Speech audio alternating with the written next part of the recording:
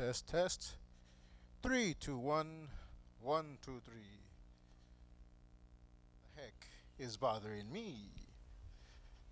3, 2, 1. Test, test, test. See, yeah, I guess. Test, test, test, test. Test, test, test, test, test, test. Check, check, check. 1, 2, 3. Chicken and YouTube. It's good.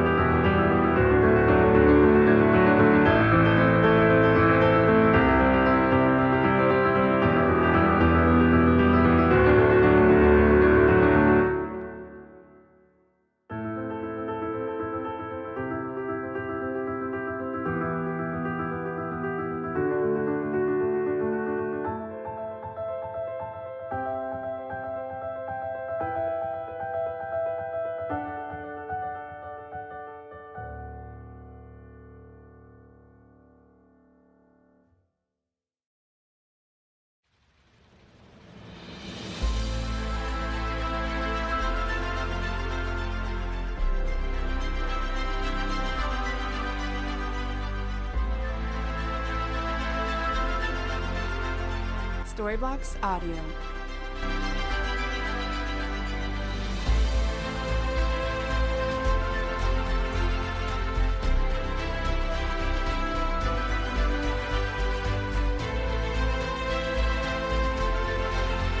Storyblocks Audio.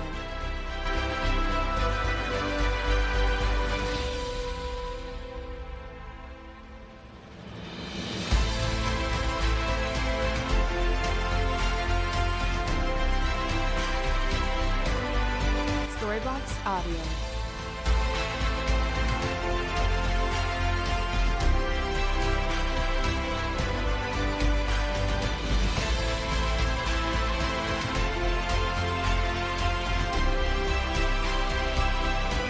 Storyblocks Audio.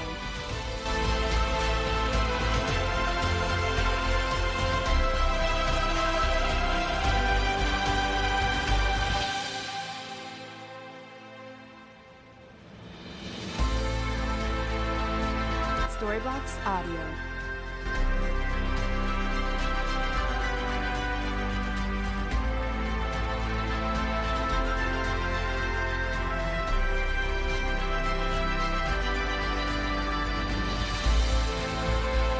Storyblocks Audio.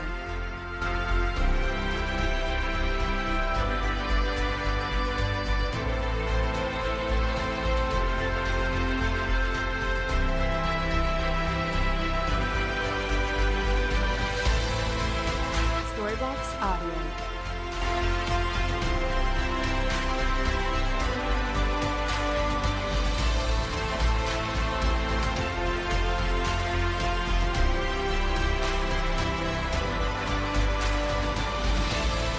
Storybox Audio.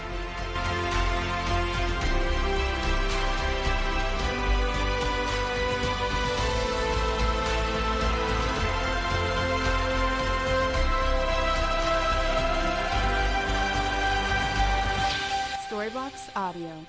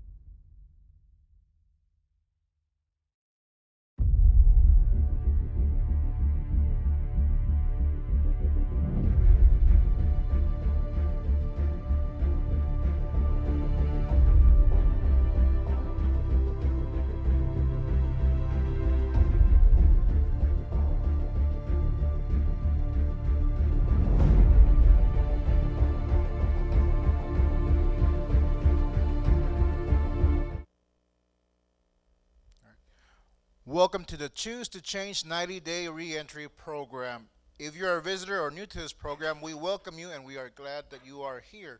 Many of us walked in through those doors not expecting what to find, but many stayed because they saw real people with real problems who had real hope.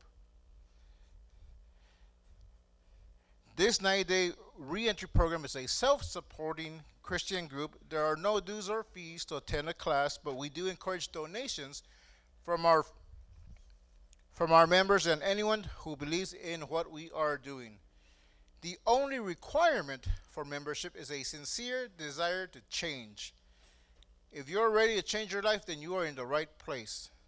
Through this program, you will learn the tools and resources to finally change your life forever, and a relationship-based support system to keep you going. For many of us, there's no easy way out of the mess we caused in our lives, even if it wasn't your fault. But the good news is that there is a way out if you will choose to believe in the impossible. Ladies and gentlemen, welcome to the Choose to Change Foundation. My name is Frank Salazar. I've been a member of this foundation since June 11, 2015, when I walked in through those doors not knowing what day it was. Literally, I thought it was Wednesday, and it was Thursday. And if it wasn't for Orlando challenging me, I would still be thinking it was Wednesday. What you will learn here is you'll be challenged. Orlando will challenge you, and you will learn how to just be a better person in your walk, either with God or just trying to change your life. And without further ado, I want to introduce Orlando Salinas, our mentor. Please give a warm applause for Orlando Salinas. Thank you, Frank. Really appreciate it. Frank always does a great job. And I always say you have to have known him 10 years ago to understand that he's doing a great job. Welcome, everybody. And we do live stream this, and I appreciate everybody. We have a lot of visitors today. So I'm going to explain exactly what we do in here. And I want to just, before I get started, let me just open all this up here. Just a quick announcement. I want to remind everybody that welcome. Glad to see you. December 11th, we are going to start a brand new support group. And that support group is going to be for family members, mothers, grandmothers, wives of family members that have a drug addict loved one. You know, like when I was a drug addict, that support group would have been like for my mom and my sister and my wife. Y'all get it? So then that's one of the things that we found out that's lacking here in the Valley, a support group for family members to find hope. Because they're usually the ones, the mothers and the wives and the grandmothers are the ones that are trying to find help for their loved one, for their son, for their daughter, for their husband, for their grandchild. And we see this over and over again. People that come to me are usually a grandmother or a mother or a wife and tell me, my son or my daughter or my husband, he has a problem. I know he does, and they don't know what to do. So that support group is for that particular group of people, family members. But I just want to welcome everybody for being here. We have a lot of new people, and I just want to welcome you, those of you watching me online. Thank you for watching us. You're at the 90-day reentry program. That's where you're at. In this place, I work with men and women coming out of prison and rehab centers, and I help you change your life. How many here came through the parole office? 1, 2, well, man, now I got more people. And I've been doing this for over 12 years, and I started this program with the idea of helping men going into prisons, going to the parole office, and helping men, specifically men, find their way back home. And what I mean by that is because in our society that we live today in, we're lacking fathers. there's no fathers. More than 50% of Americans in the households in America have no father. In the Hispanic community, it's worse. In the black community, it's even worse. No fathers. More than 75% of families have no biological father in the home. That's huge. In other words, we live in a culture of mixed families, right? Or what do you call that? There's another word for it. Blended families. There you go. And so then you have this dynamic working. And I'm of the belief that if we had more fathers, more men, that would rise up and become men. What do I mean by that? Fathers, husbands, and leaders, we would have less problems in our world. And that's the reason I started this whole Choose a Change ministry in the first place. But then I found out that so many people need direction in life. Because I'm a preacher, I'm an evangelist. I see things, I've experienced it, I have family myself, and people are looking for direction in life. So no matter where you come from, whether you come from prison, where you come from rehab, whether you're depressed, whether you're just tired of your selfish living, or maybe you're just seeking direction, you're young and you're seeking direction. It doesn't matter whether you're 40 or you're 15. If you're lost, you're lost. Younger people have an excuse, but us older people,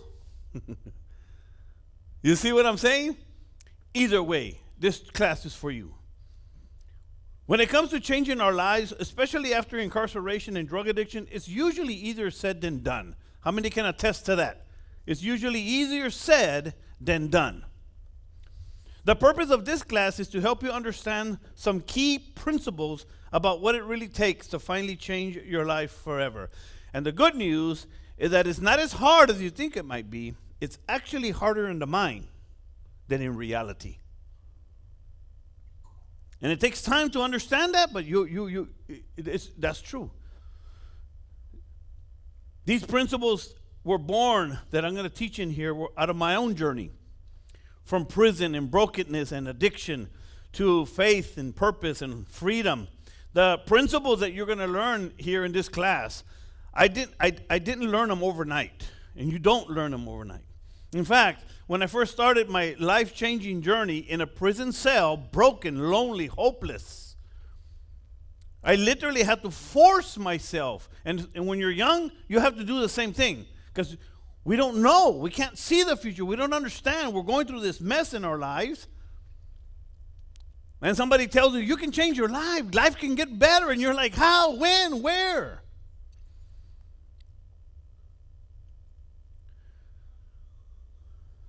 That's where I started. And so through much pain and failure and the process of rebuilding my life, some of these key principles started becoming very clear to me. Today, I understand that real change is possible. It's possible. Anyone who's willing, that's the key word right there. Willing. You have to be willing to believe for it, to put the work in, and to trust the process.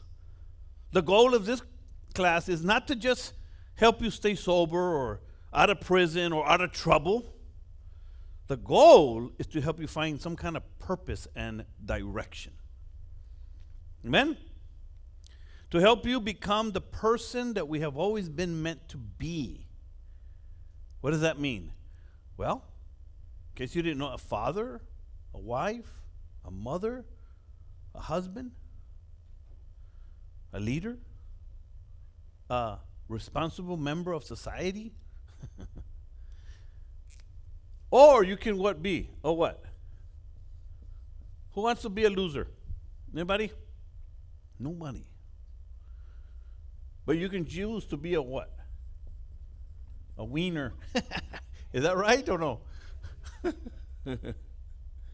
A winner. I used to put that all the time in the class. You could have walked in here feeling like a loser, but you can walk out feeling like a winner. At any moment, at any time. I was telling somebody that. You can choose today. So I don't want to just help you stay out of trouble. I want to help you change your life. The ideas you'll learn through this process will stretch you, though. They will challenge you. I'm going to challenge you today to make some choices about God, about life, and about your future. And if you stay committed to this process, it will change your life forever. That's all there is to it. And that's what this program is all about, helping you do this. In the spiritual world, or in the Christian world, we call it putting on the new man. Right? Putting on this new man, this new person. Because that's what Jesus Christ does for us. When we come to Christ, we give our life to Jesus Christ, and he forgives us of our sin. He cleanses us of all our sin. And now he gives us an opportunity to become a new man. And he says, put off the old man, and now start putting on the new man. What you'll learn in here is part of how to put on that new man. There's 3 keys I want to just give you really quickly. Principles that I call PCP. Only older folks would understand that. Life change is possible. P. Life change is a choice. C. Life change is a process. P. Possible, choice, process. And you need to get a hold of that. And once you believe that, and once you continue to believe that and accept that, then you keep moving forward. So let's talk about what I talk about in here. What you see here, I like putting it in a steps, because when people walk in here from prison, they walk in here down and out, depressed, lonely, on the monitor, no direction, with years in prison. And really, what I teach is that we all start here at what I call desire. You have to want to change your life. Many of you came in here today because I told you, come and see what I have to offer. What I'm going to explain to you is what I call the process of change. What it really takes to change your life. Anybody, whether you're 15, 16, or 40, it doesn't matter. If you're ready to change your life and move forward, this is the process. Number 1, you have to want it. Desire.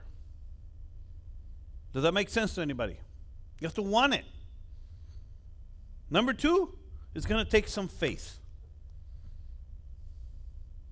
You're going to have to believe for something that you can't see yet. I started in a prison cell, and I couldn't see it. I couldn't believe it. It was really hard to believe that my life can get better. And maybe sometimes, especially when we're young too, we don't see that our life can get better. Yes, it can. You have to believe that. That's how it works. And the third thing in this process of change is your mind. I call it the heart of change. The heart of change. That's where it really, really matters. How you think, how you react, how you respond, what you believe, the mind. And the reason that's so important, and I talk a lot about the mind in here, is because your mind is where you have your what? Attitudes. Anybody know anybody with a bad attitude? Yeah? I tell people bad attitudes are like a flat tire. If you don't change it, you're not going anywhere. I've been told, I've heard that attitude is everything. I don't know if it's everything, but I know this much, that a bad attitude will stop you dead in your tracks. In any business, any school, any work, relationship, bad attitudes are not good. A good attitude will take you longer and further than you ever thought possible. Just a good attitude.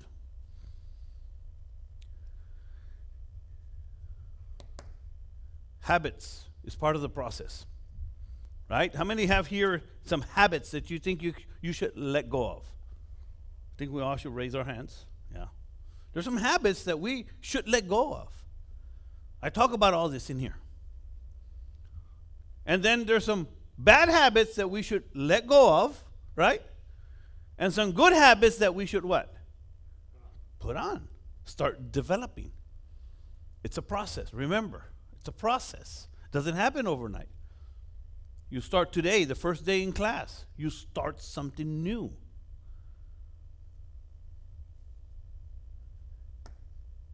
Another part of this process is your lifestyle, how you live.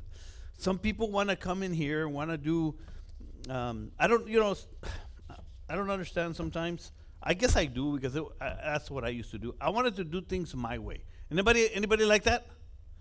I just wanted to do my way. I used to say I wanted to be like Elvis Presley, but he's too old already. Some youngsters don't. He had a song that said, "I did it my way," and he did. He died at 50. Frank Sinatra, the man. And most of the time, our way doesn't work. It might feel better for a while, but most of the time, it doesn't work. But in any case, your lifestyle. And so then the reason why all these are so important, and they're key, and there's more, right? You have to have persistence, you have to have determination, you have to be committed. So there's more. Those are foundational things that'll keep you going. But without these, you're not going anywhere. You have to work on these things in your life. Why? Because these things produce something I call what? Results. And results, in here, we understand, is the name of the game. That's all that really matters, right? It doesn't matter what you say, it's what you do. Isn't that what we learn in school? It doesn't matter what we say. It's what you do that matters. Same thing in life, guys. Same thing. It doesn't matter. How many times you say I'm sorry to the boss, if you keep being late, you're going to get fired. If you have because results is the name of the game. And so then, this is how I changed my life. I went to prison at 34 years old for the second time. Second time. You know, I was, might share a little story with the guys at the school. Tomorrow I'm going to go speak at the school to the teenagers. Might share a little bit of my story, but I went to prison when I was 24 years old. I got out when I was, I'm already mixing up my story. I went to prison when I was 18. No, I take that back. 17. 17 years old. Went to prison. I wasn't planning on going to prison. And it was not part of my plan. It wasn't even part of my wildest dreams. But at 17, I was on my way to prison. And you know what for? For murder. Man, your life can change in an instant, bro. Just at the right place at the right time. Or vice versa. At the wrong place at the wrong time. And that's what happened to me. In fact, I'll share that tomorrow at the school. Went to prison. Got out when I was 24 years old.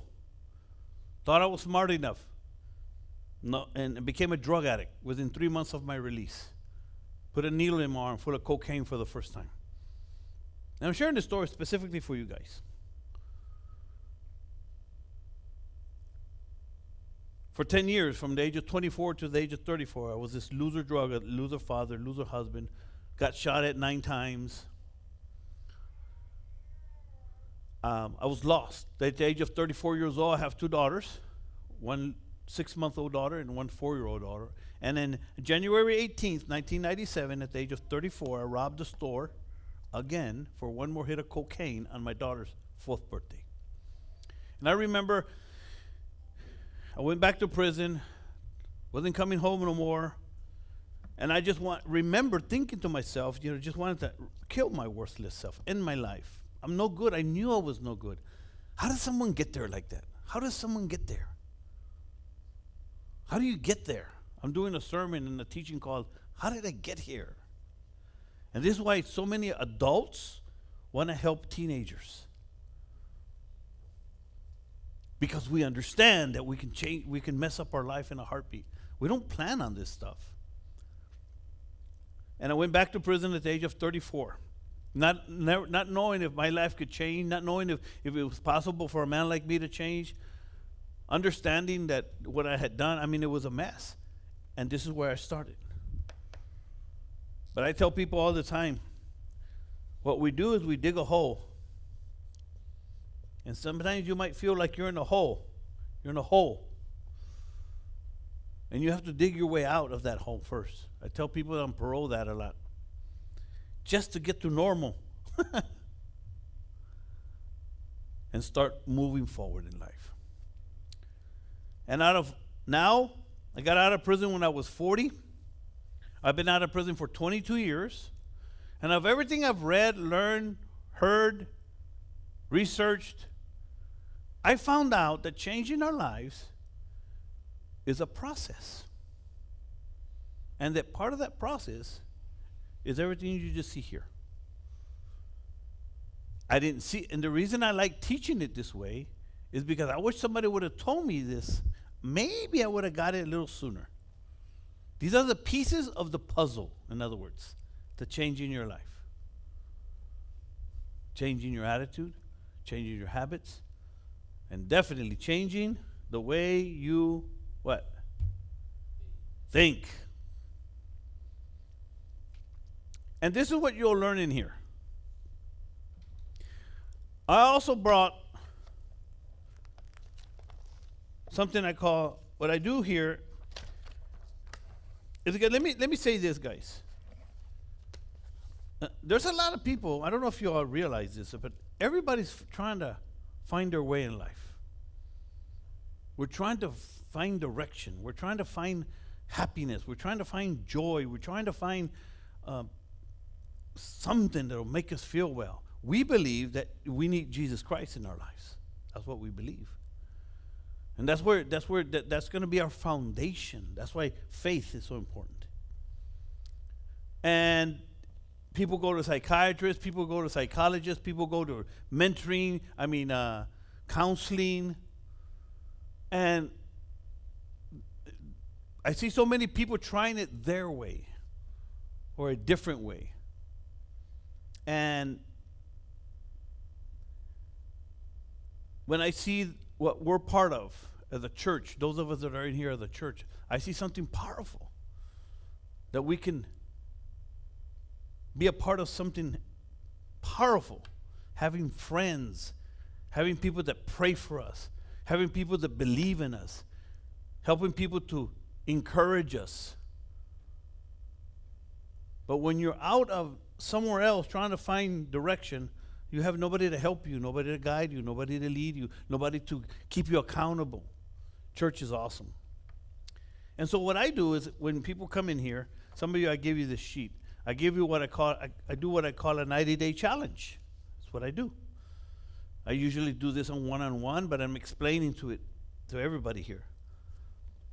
And I give you this little sheet, and I'm going to read it to you. It says like this: welcome to the Choose a Change 90-Day Reentry Program, a place of new beginnings, personal growth, and lasting transformation.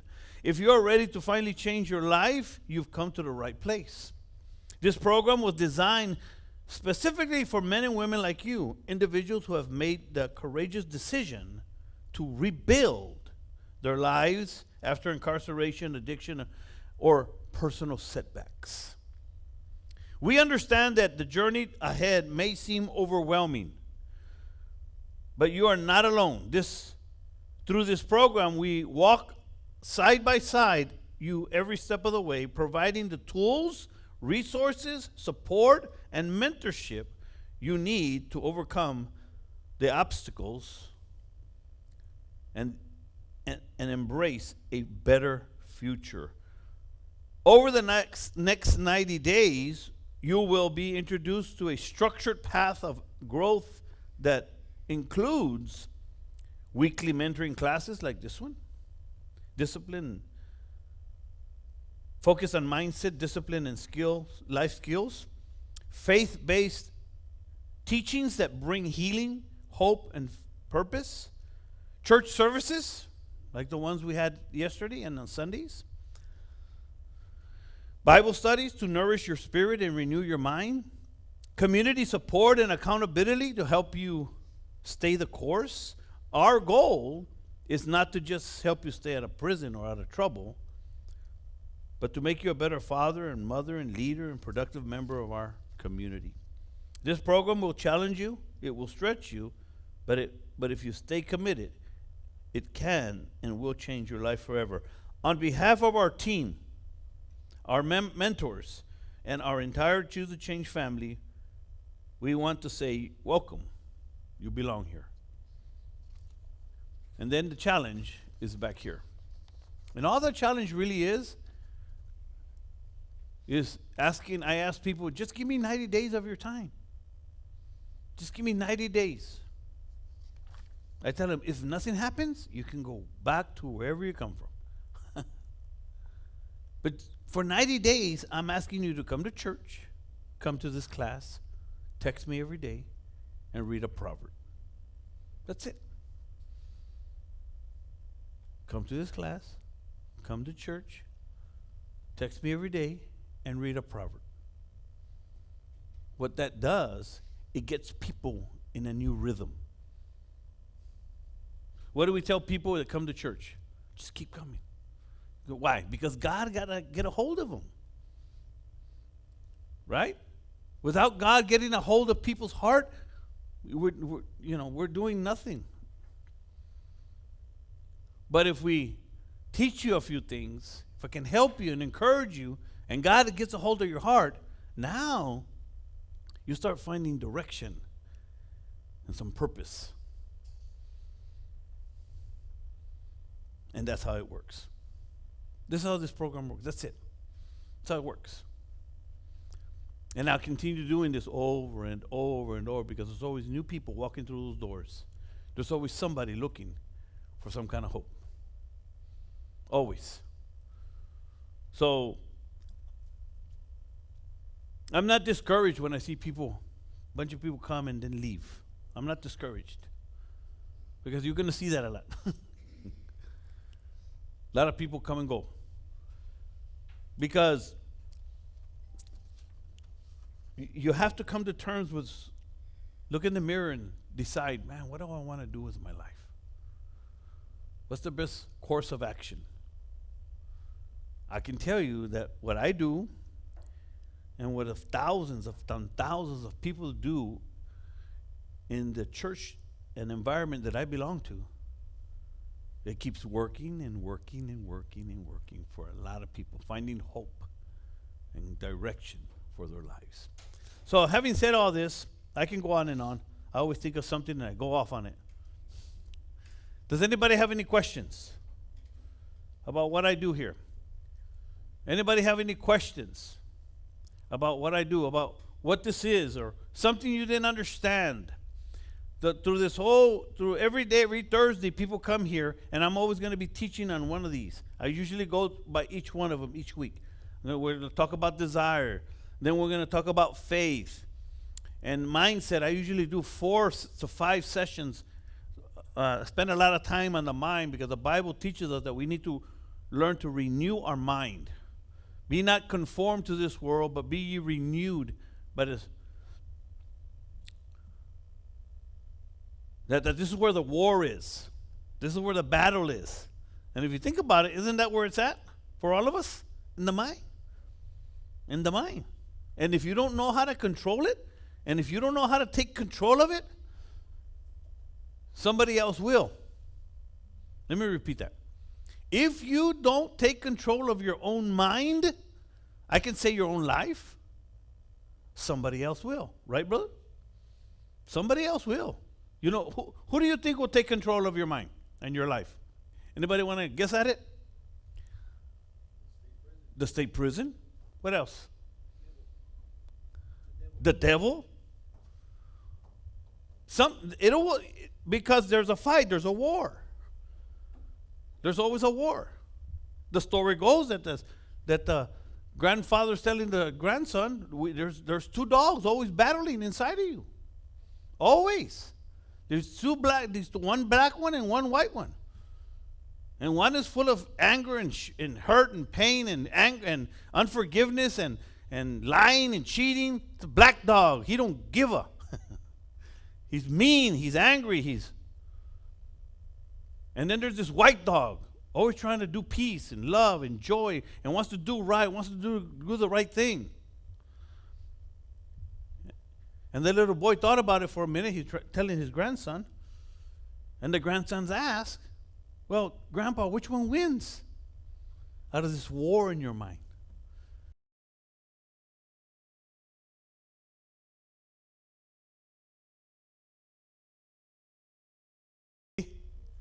"13 years old. Let's give her a hand. Man, the one you feed the most. And that's how life is.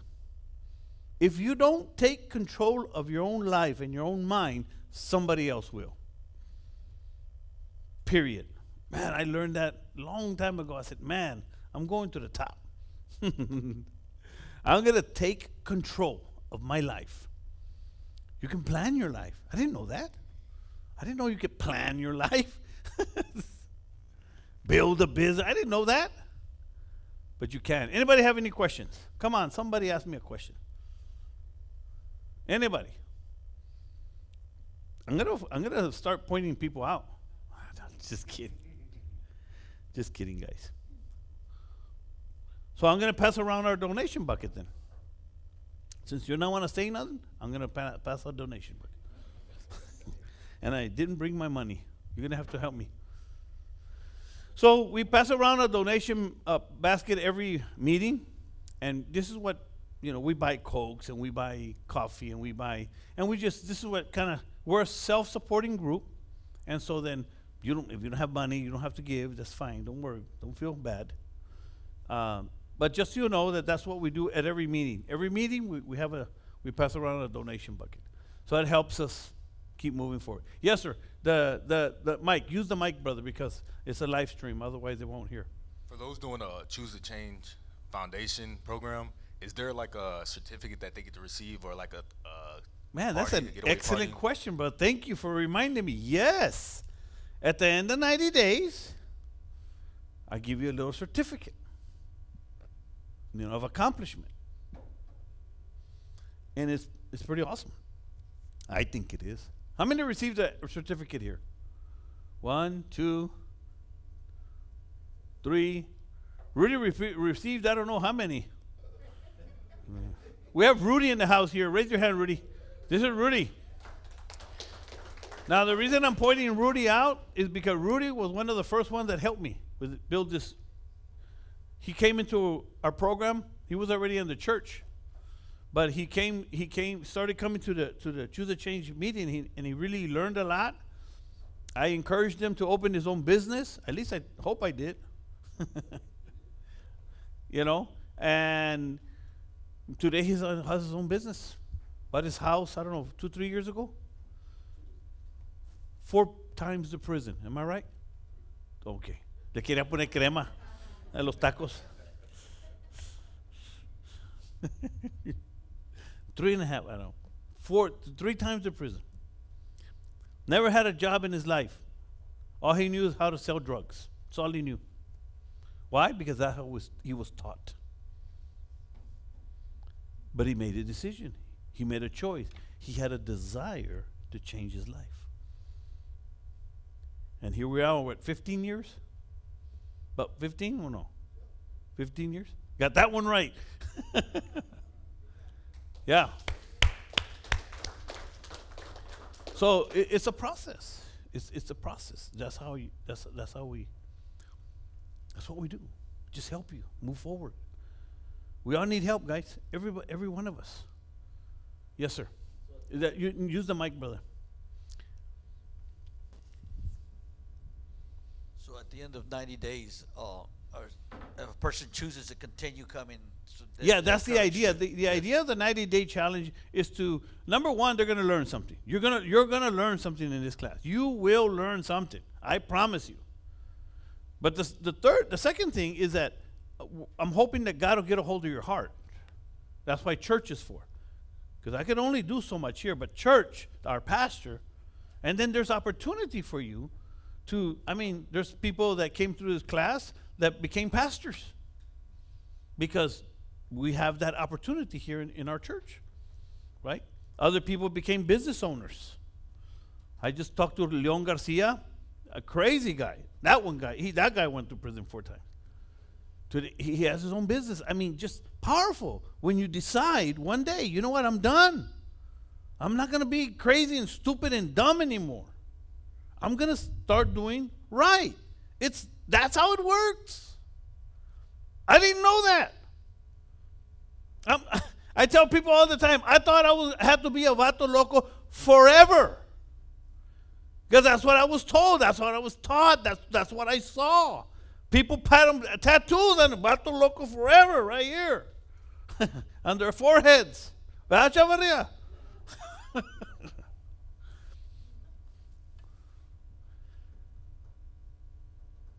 That's why it's called choose to change. Because I found out a long time ago, it's a choice. It's a choice. And you can choose at any time, any moment, any place to change. And that's all we're trying to do. Appreciate you. Yeah, share a little bit of something, brother. I think it's important. Yes, sir. I have a question. So the mindset, which is the belief system, versus addiction, are they the same? Man, that is awesome question. Don't get me started, brother. That is an awesome question. So ask it again. Let me make sure I understand what you're asking. The mindset, which is the belief system, versus addiction, are they the same? And how can you overcome either your beliefs or your addiction? That's awesome. So where do I start with that one? Let's talk about addiction. What time is it? What's that? 7:39? So I have a good 10 minutes. Y'all want to talk about addiction? Addiction. Let's talk about addiction. And because this is what I've been working on, guys.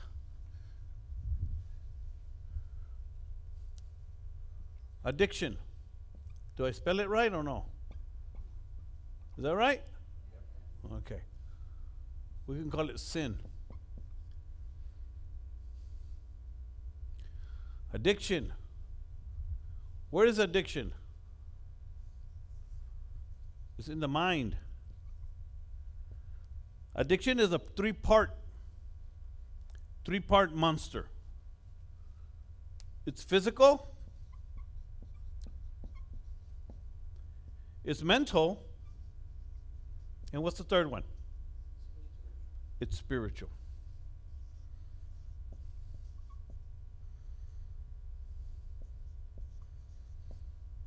In our society, they try to deal with these two. Okay? Right? You go to classes. In our society, we're taught that addiction is a what? A disease. That's right. So we'll call this disease right here. Disease. I don't know how to spell disease, so forgive me. Disease. What am I missing? A C somewhere? Where? A ver, who's smarter than me? D? No, hombre, tan peor, ya ves? How's that? Close enough. Ahí está bueno. See, you don't have to be a rocket scientist to do what I do. They call it a disease. Okay? So what's the disease? What does it affect? It affects the mind. So what it tells you, our society tells you that it reprograms the mind. Okay? And what it does, and that's what it's doing, it really does. So it's a physical and mental, whether it be cocaine, whether it be heroin, whether it be pills, it starts messing with your mind. And so the addiction is basically something that feels so good that you get addicted to it. Your body, you want it so much, and it doesn't matter what you do. You'll steal, you'll lie, you cheat. You get addicted. What happens, it happens in the body and it happens in the mind. Okay? And so then They call it a disease, which that still doesn't look right, but whatever. The disease is in the mind. And here.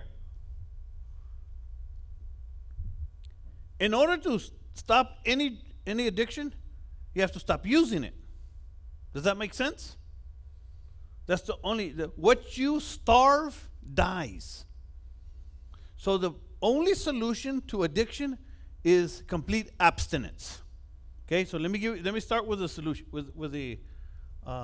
You just need to stop using. That's how you stop addiction. But what you're asking is what the mindset. Even though you stop, you still have something going on in there, right? That's what you're asking? You want it, or you feel like, or is that what you're asking, or no? You're gonna answer what I thought you were asking me. For instance, the mindset. As boys, they tell us boys don't cry. Okay? That's a belief system. That's a belief system. That's correct. But when it comes to addiction, it's a spiritual warfare, like you said earlier. It's not the same as a belief or a idea. It's an evil force that you fight against. And that's where the stopping comes. Because what happens is the mind, I can't explain it scientifically because I don't have the lingo, I don't have the words. I understand it. But what happened is in the mind, let's look at the mind here. It's, how can I explain it? I'll get there in a minute. The part that our society can't explain is the spiritual part. And they just talk all around it. They don't know. AA has the best answer to it. It's called the spiritual malady. A spiritual malady, which means something they don't understand. It's a spiritual malady. And the only, because who's ever heard the word obsession? Because that's what you're talking about. You're talking about this obsession to use. Not exactly? So see, maybe I'm not understanding the question. Because you feel like, because an addicted mind has something called an obsession. They want to use, they want to use, they want to use. Okay? It's not necessarily a belief, it's an obsession. Well, the mind, it's easier to change our thought process. Yes. Than it would be to change our addictions. When it comes to addiction, it's an evil force. It's wicked. A spiritual warfare. Yes. We are, the body and the mind and the spirit is fighting against. Mm-hmm. And this is why we believe you need God, you need Christ, because it's spiritual. All this is really spiritual. But it's three parts. Go ahead. Maybe he can answer it. So when I was a fugitive in Mexico, I was 23 years old, and I was a heroin addict. I shot up 3 times a day, and I was a complete tecato. Right. You know, and when I got saved, I said, God, I don't want to be this evil man. I don't want to be this evil man.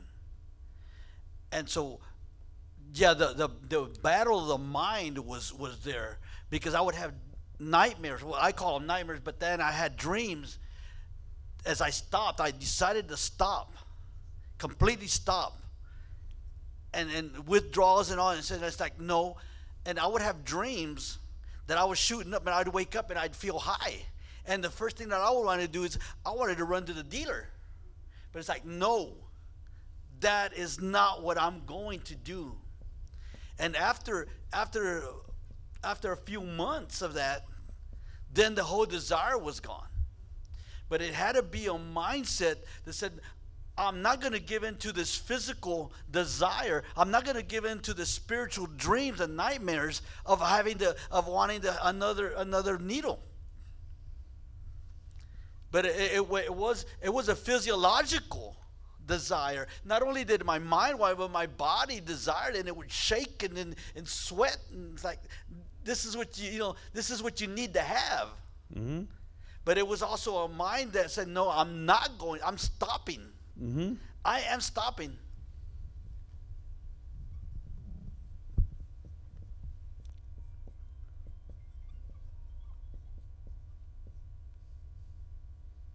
So, have we touched on anything that you think helps? I guess we don't understand the question.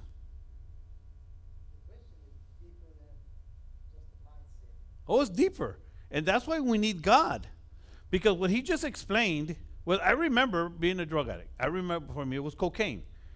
But I know that cocaine is just physical. I mean, mental, just it's in the mind. His was physical. So that's even worse. Alcohol is physical. You get physically addicted. And the only solution is stopping, fighting, praying, and time.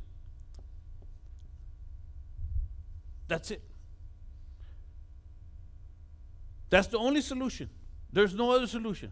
Now I want to take that back. You can get medicated and depend on medication rather than God and prayer and fighting. Like he fought, right? Other people don't want to fight because they go to a doctor or a psychologist or and they, there's medications that can help you. There is. Yes, Chavaria. What about if we identify the problem, the issue, and go to the roots? Mm-hmm. But you're gonna have to give me an example. For instance, what made us start using or drinking?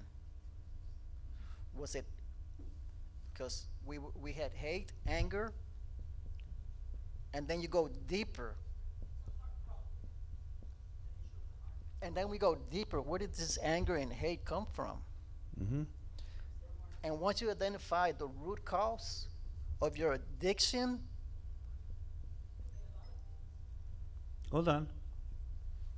I'm answering what you're asking. Environment, friends, family. speaking from experience,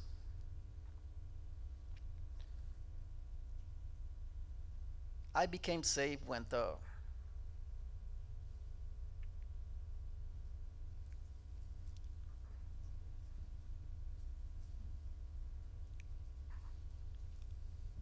forgiveness. We need to hear your story, brother. We need to hear it because I just don't want to put you out there. Forgiveness. That was my key. Forgiveness. Once I identified the root cause of my problems, and I forgave those that opened the door for my anger and my pain and my hatred, everything went away. It's called an engram. So it's a chain of events. Hold on. An engram. It's a chain of events that causes you to continue on using. So you have to break the cycle. Mm-hmm. You know what I mean? And how do you do that? You have to stop. You have to fight. You have to pray. That's how you do it. There's no magic word for it. A lot of people, and the reason I say people need to hear your story, brother, is 'cause you got young men and women in here that I go to the school and I tell them, these men, they tell me it started here in the family. Not having a father, being abused, taught to sell drugs. That was Rudy. No, this stuff is wicked, brother. That's why we need God. And the pain is so deep. I'm telling you, we have people in here sitting there with some deep pain. And even for you, brother, it's I mean, why do you think I want to help you? You mind if I tell the people how long you were in prison? 30 years. 30 years. And what? When he was how old? Do you mind telling us for what? Just the charge. You don't have to tell what. Murder and attempted murder.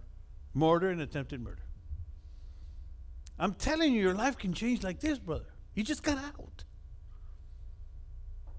Why do you think I care for you guys? So, based on everything we just shared, let me just tell you the hard truth. There's no easy way out, brother. As you can see, here's the answer. You have to stop. You have to fight. You have to pray. It's going to take time. And forgiveness is a big part of it. Right, Jasmine? And I learned all this by doing what I do. That's it. That's it. There's no medication. There's no pill. That's going to just change everything. You have to fight for it. You have to believe for it. You have to choose it. That's how it works. Go ahead, brother. So yes, just let me share this real quick. Can I stand up, please? Yes, you can, sir. So, guys, my forgiveness came through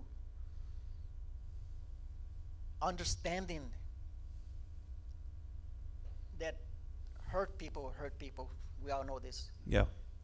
Hurt people. And once I hurt realized and understood that my parents, that was my parents were the cause of my just going astray. Once I understood that they too are humans and they go through the pain and whatever it is that they go through, I had to sit back and think and say, well, they're not, even though they're my parents, they're not perfect. That's right. And when I understood that, through the grace of God, first of all, glory to Him.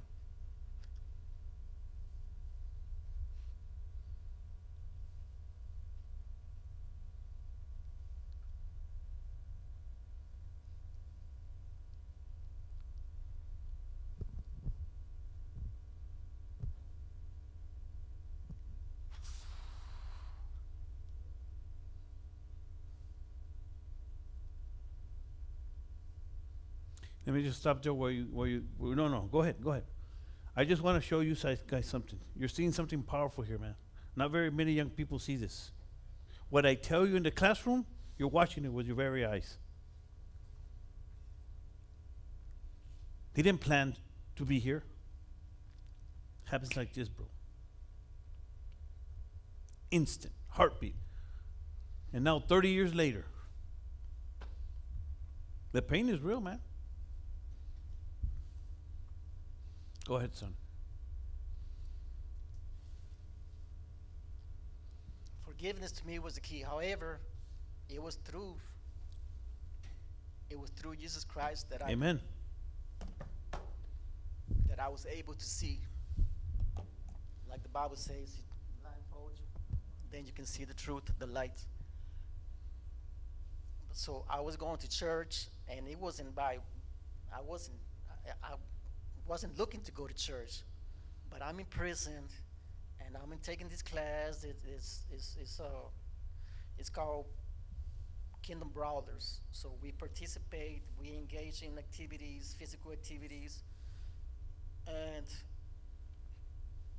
one of the challenges is we had to go to church because that program is based on it's a faith-based program. As I would sit at the church, I would just look around and I would laugh at all these people at church because, I mean, I know these guys. I'm 30 years in prison. I know everyone in there. 3,500 man units. But little by little, through the challenge, I started looking at myself and saying, I'm not different than them. I am no different than these guys. So I would sit there and I would focus on the word rather than focus on the people around me. And it felt like God was just speaking to me through the ministry. And then it was in one of those days that I realized and I saw, okay, forgive your parents because they too weren't or aren't, they're imperfect. They're not perfect. They had their problems, they had their issues. And once I understood that, I found forgiveness, and from that day on, I, I swear, all Wow. the bad memories, all the hate, everything just went away. Wow. Everything. Yeah. And before that, I would say, I forgive you, Mom. I forgive you, Dad. But the thought was there. Yeah. The hate was still there. Yeah. You know, the memories were still there. But once I found that through forgiveness, the memories went away. Amen. They went away, and all the hate went away. The pain, the anger, everything that caused me to do what I did to end up in prison went away. Amen.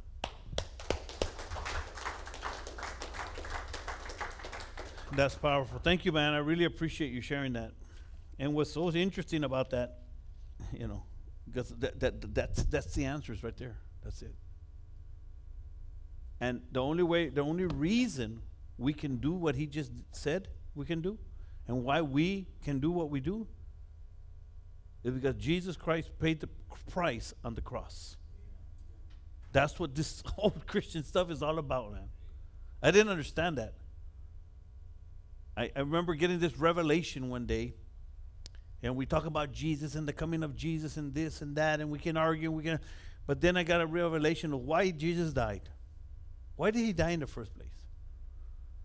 Okay, to forgive me of my sin.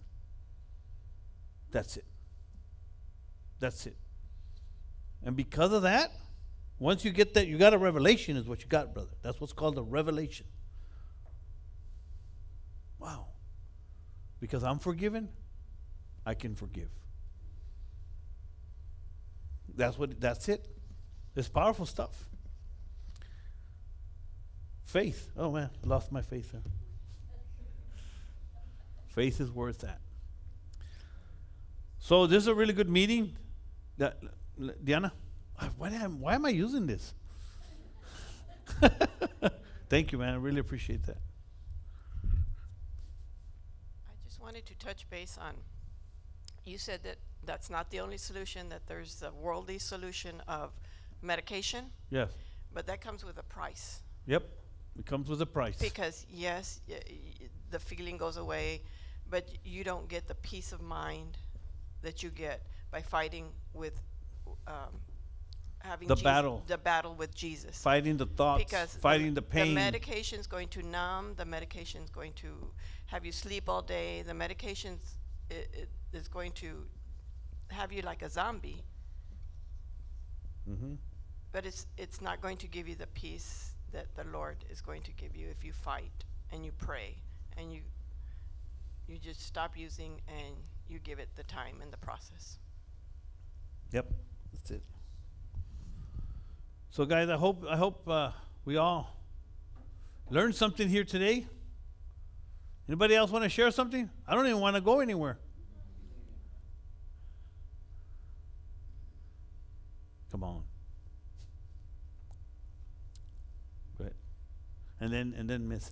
Yeah, because everybody here needs to hear you too. So, yes, sir. And then I wanted to add to that thought, because the medication, doesn't that become an addiction in of itself? Yep. So then you're back to square one again. You're back to square one. It doesn't fix the heart. It doesn't fix what he got fixed with. And then the other issue too, I had friends that they turned to marijuana. Yep. They turned to marijuana, and that's how they dealt with their problem. And when they would get off of marijuana, then their mind would go crazy. And then the only way they could maintain calm was through that. And I was telling my friend, the reality of what's happening is that this is where we get to the deep issues of sin, why it's sin. It becomes an idol. It's all about idolatry. This is something that you've turned and looked towards instead of God to answer whatever problem it was that you're trying to deal with. It becomes an idol. Yep. And therein lies the issue of sin. The issue is sin. Yep. Sister? I just wanted to say that every single us, there are generational curses that follow us, and a lot of times we don't know why I had the tendency to do this and that. I don't want to do it, but because our parents didn't know better, they suffered too. They went into pain. They didn't know how to handle it either. Us are the ones that made decisions to stop and end with that generational curses for our own family, our children, grandchildren, etc. Yeah. And so then, so based on everything that we just heard here, guys, as you can see, there's a lot to learn. But you won't learn it out there. You have to come. You have to come to church. Generational curses, that's a huge one. But you don't learn that out there. You learn it in church. You learn it in here. And that's the power of, again, what we are part of. So I'm just excited. I'm excited about what God is doing, what He's going to continue doing. And I'm just grateful for each and every one of you. So, if you guys are ready to take the challenge, any of you, let me know. And we'll get you signed up. I got a whole book of it. All right? All right, guys, that's all we have. Thank you for coming. No, wait.